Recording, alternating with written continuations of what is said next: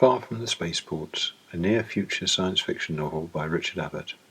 Author reading, the start of the book. I tucked into the landing pattern at Hewtown, St Mary's, just the way the ground station control system told me. Naturally, none of it was my own work, though I reckon I could have done a fair job if they'd let me. But no, the Ziggurat-class persona at the port talked with Slate, the stealer loaded into my spaceship, and it was all done properly, by the book. I unbuckled and waited while the two machines chatted for a while.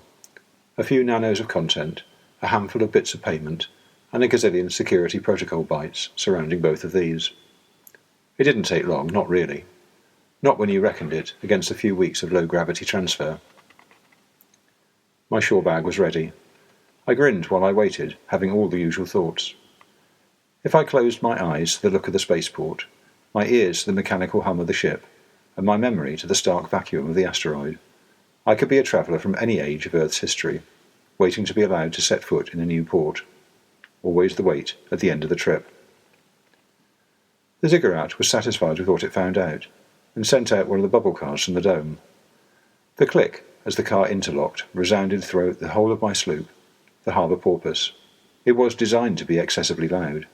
You really wanted to know that a proper connection had been made, when there was all that airlessness just outside. No matter what your onboard stealer told you, or the ground station Ziggurat confirmed, there was nothing like a satisfying metallic clank to reassure you. Some people I knew still wore a suit for the bubble car ride, but you got derisive looks from the porters, and it wasn't the image I wanted them to see. I left my suit and lid fastened in their clips, slung the shore bag over my shoulder, and cycled through into the bubble just in street clothes. The car whined a little as it disengaged and started to trundle back to the dome. Electric then, standard model, probably older than I was. It looked weary, patched here and there, well serviced, but with generic components that would have long since invalidated the warranty. Getting new equipment out here must be a slow task. The bubble top was clear to space. I liked it, but at a guess, a lot of newcomers dialed the opacity right up to max to shut all that emptiness out.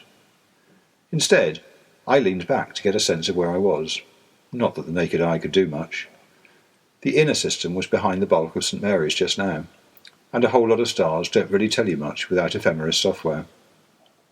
Once upon a time, old sages knew how to navigate around their land, just by looking at a couple of dozen of the brightest stars. But that sort of thing belongs in the virtual world now. I called to my stealer for assistance. Slate, overlay the display with something that helps me, please.